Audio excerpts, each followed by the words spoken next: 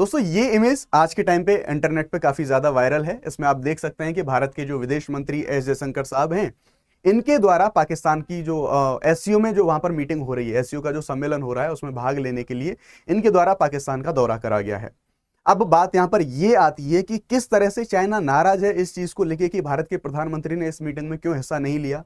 क्या भारत के लिए इंपॉर्टेंस है? ब्रिक्स से कंपैरिजन करेंगे कि ब्रिक्स में और एससीओ में क्या अंतर और किस तरह से भारत इनको प्राथमिकता दे रहा है। सारी चीजों को डिटेल से डिस्कस करने वाले हैं। नमस्कार, मैं हूं आपका दोस्त शुभम सिसोदिया और let's crack UPSC CSE Hindi पे आपका बहुत बहुत स्वागत है। जैसा आप लोग जानते हैं, काफी दिन से ये सारी चीजें चर्चा में चल रही थी कि भाई किस तरह से ये जो मेजबानी करी जा रही है पाकिस्तान के द्वारा एससीओ का जो सम्मेलन होने वाला है, तो इसमें बात आ रही थी कि जो निमंत्रण भेजा गया था पाकिस्तान के द्वारा भारत के प्रधानमंत्री को, लेकिन भारत में इस चीज पर चर्चा चली हुई थी कि क्या भारत के प्रधानमंत्री को पाकिस्तान में इस सम्मेलन में भाग लेने के लिए जाना चाहिए कि नहीं। क्योंकि हम सब लोग जानते हैं कि भारत और पाकिस्तान का जो तनाव है वो बेसिकली जो सीमा पर जो हमारे सीमा पर जो टेंशन्स हैं, उनके साथ साथ में जो आतंकवाद जैसे मुद्दे हैं, इन काफी सारे मुद्दों को लेके जो हमारे संबंध हैं वो काफी तनावपूर्ण बने हुए हैं। तो फाइनली डिसीजन ये लिया गया कि जो एससीओ का सम्मेलन होने वाला है पाकिस्तान में, इसमें भारत की तरफ से जो भागीदारी करी जाएगी वो हमारे जो विदेश मंत्री एस जयशंकर साहब हैं, इनके द्वारा भागीदारी करी जाएगी। और अभी ये जो इस बैठक में गए हुए हैं, तो बात करेंगे ये जो बैठक में गए, उस बैठक में जाने के बाद ये मिले, वहां पर जो पाकिस्तान के प्रधानमंत्री हैं शाहबाज शरीफ, उनसे मीटिंग हुई और क्या क्या उन सारी मीटिंग्स में बोला गया, उन सारी चीजों को हम डिटेल में डिस्कस करने वाले हैं। चलिए शुरुआत करते हैं। तो यहां पर हम देखेंगे, अगर हम स्टार्टिंग में ही बात कर लेते हैं, तो जो पाकिस्तान की राजधानी इस्लामाबाद है, यहां पर जो विदेश मंत्री जो इस्लामाबाद में जो संघाई सहयोग संगठन है, इसके सम्मेलन में जो हमारे भारत के विदेश मंत्री एस जयशंकर साहब हैं, उनके द्वारा इसमें हिस्सा लिया गया।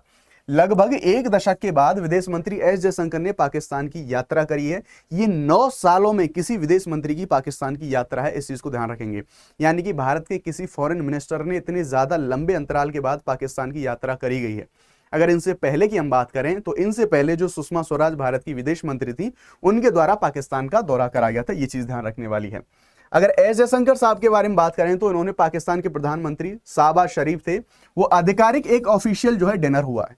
अब देखो, जो डिनर हुआ है उस डिनर की फोटो या फिर डिनर के बाद की जो ऑफिशियल फोटोज आई हैं जो भारत के और विदेश मंत्री हैं और पाकिस्तान के प्रधानमंत्री हैं उनके बीच में, तो आपको ये कंफ्यूज नहीं होना है कि क्या स्पेशल कोई ऐसा ट्रीटमेंट दिया गया या फिर सिर्फ जो डिनर जैसा रिचुअल है वो क्या सिर्फ भारत के साथ ही हुआ है, तो ऐसी बात नहीं है।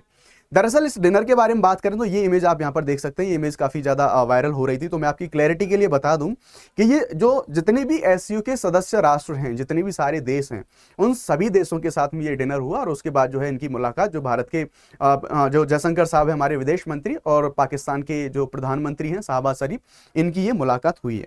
तो ऐसी बात नहीं कि सिर्फ भारत के साथ ही, ऐसा जो सभी सदस्य राष्ट्र हैं उन सबके साथ में ये चीज हमें देखने को मिली है। अब आपको मैं बता दूं तो आप यहां पर देख सकते हैं कि जो एससीओ के मेंबर कंट्रीज हैं वो सारे 10 के 10 मेंबर कंट्रीज आप यहां पर देख सकते हैं, सारे के सारे मैप पे यहाँ हैं, जिनके डिनर के बारे में हम बात कर रहे हैं, जिनकी जो औपचारिक एक जो डिनर होता है और जो फोटोशूट वगैरह होता है, वो सारी चीजें हमें यहाँ पर देखने को मिली है। अब हम बात करें तो जो विदेश मंत्री हैं उनके द्वारा पाकिस्तान और चीन को सख्त संदेश यहां पर इस मीटिंग में दिया गया है। यानी कि ये रिचुअल होता है या फिर जो मीटिंग्स होती हैं तो उसके बाद में एक कड़ा संदेश दिया गया है पाकिस्तान को और चाइना को, और बोला गया है कि हमारा जो ये यहां पर बात करेंगे जो पाकिस्तान प्रायोजित जो आतंकवाद है और जो विकास की बात करी जाती है, ये सारी चीजें एक साथ नहीं चल सकती। उसी प्रकार जो क्षेत्रीय संप्रभुता है, इसके बारे में भी बात करी गई, यानी कि चाइना को इंडिकेट करते हुए कि भाई आपको क्षेत्रीय संप्रभुता है उसका आपको सम्मान करना पड़ेगा। यानी कि आतंकवाद, आक्रामकता और विकास, बातचीत, ये सारी चीजें एक साथ नहीं चल सकती। ये सारी बातें हमारे विदेश मंत्री जी के द्वारा करी गई हैं। उसके बाद हम देखेंगे उनके द्वारा बोला गया कि उन्होंने चीन पाकिस्तान जो इकोनॉमिक कॉरिडोर है, यानी कि जिसे हम बोलते हैं CPEC, China Pakistan economic corridor, इसकी भी आलोचना करी और इसके ऊपर आपत्ति जताई। क्यों? क्योंकि आपत्ति जताई इसलिए जताई गई क्योंकि आपको पता होगा कि चाइना का जो सीपैक है, ये जो भारत का हिस्सा है पीओके, पाकिस्तान ने जो ऑक्यूपाइड करके रखा हुआ है, तो जो पीओके से होके ये सीपैक निकलता है, इसलिए भारत ने इसका जो है विरोध भी जताया है कि ये जो हमारी संप्रभुता है उसका एक तरीके से उल्लंघन किया जा रहा है, क्योंकि पीओके हमारा हिस्सा है और वहां पर हमारी मर्जी के बिना चाइना अपना सीपैक जो कॉरिडोर है इसको लेके जा रहा है। तो इस चीज पर भी भारत के द्वारा जो है नाराजगी जताई गई है। यहां पर हम बात करेंगे तो एस जयशंकर साहब ने उन्होंने जोर देकर कहा है कि एससीओ के सदस्य देशों का सहयोग परस्पर सम्मान और संप्रभुता पर आधारित होना चाहिए। यानी कि हम सबको सबकी टेरिटरी, यानी कि सबकी संप्रभुता का हमें सम्मान करना होगा। इन सारी चीजों पर जोर दिया गया हमारे विदेश मंत्री साहब के द्वारा। और उनके द्वारा यह भी कहा गया कि क्षेत्रीय अखंडता को मान्यता अगर नहीं दी गई तो सहयोग वास्तविक नहीं हो सकता, यानी कि हम भी आपकी क्षेत्रीय अखंडता को अगर सहयोग दे रहे हैं तो आपका भी ये कर्तव्य बनता है, और अगर ऐसा नहीं होता है, अगर ऐसा सहयोग समन्वय नहीं होता है तो बाकी हमारे अन्य रिश्ते हैं उन चीजों में भी प्रॉब्लम क्रिएट हो सकती है। सहयोग ये रियल नहीं हो सकता, ये सारी चीजें फिर यहां पर टिकाऊ रूप से आगे नहीं बढ़ सकती।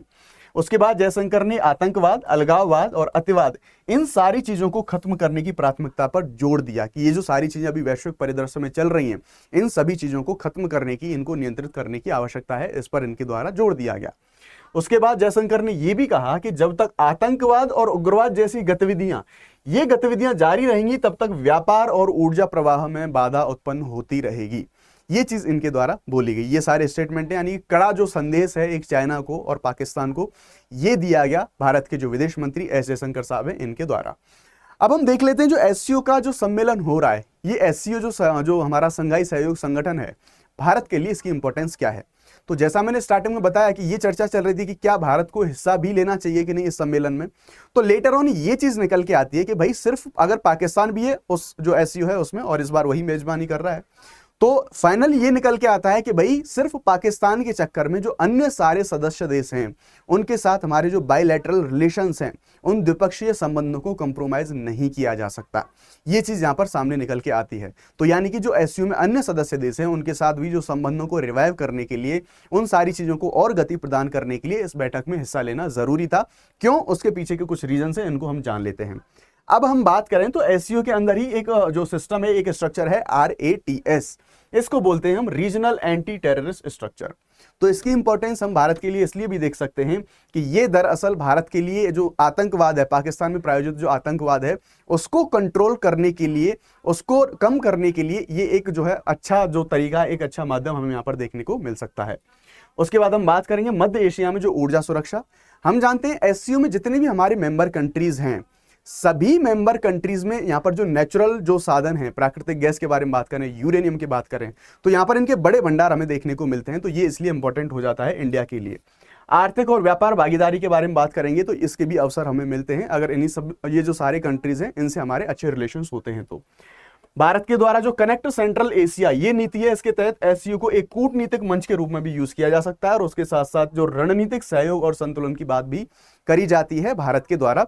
ये सारी ओवरऑल इंपॉर्टेंस देखी गई है भारत के द्वारा जो एससीओ सहयोग, जो हमारा संघाई सहयोग संगठन है, इसके माध्यम से। अब बात निकल के आती है, हम ये देखेंगे कि किस तरह से जो चाइना है उसके द्वारा नाराजगी व्यक्त करी गई है, या फिर ओवरऑल इस चीज को पूरे वैश्विक स्तर पर भी हम देख सकते हैं कि जो भारत के विदेश मंत्री हैं इनके द्वारा हिस्सा लिया गया है एससीओ की मीटिंग में, ना कि भारत के प्रधानमंत्री के द्वारा।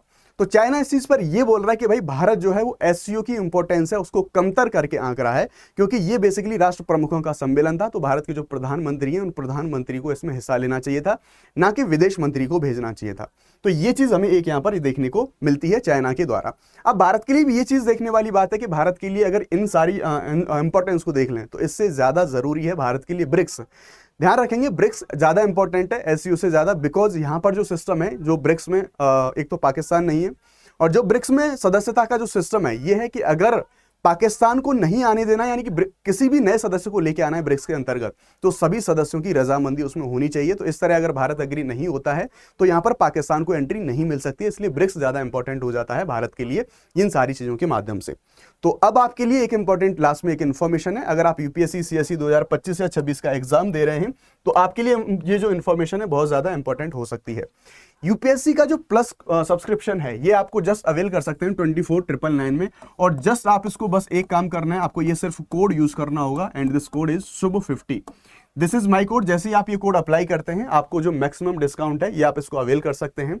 अच्छी बात ये है कि जो सब्सक्रिप्शन होता है ये आपको वन स्टॉप सॉल्यूशन के तौर पे आप इसको देख सकते हैं, because prelims, mains, GS, CSAT, test series सारी चीजें आपको एक ही सब्सक्रिप्शन के माध्यम से मिल जाती हैं। प्लस अनअकैडमी के बारे में जो बेस्ट चीज है कि अगर आप एक सब्सक्रिप्शन लेते हैं तो आपको सारे कोर्सेज की एक्सेस देखने को आपको यहाँ पे मिल जाती है।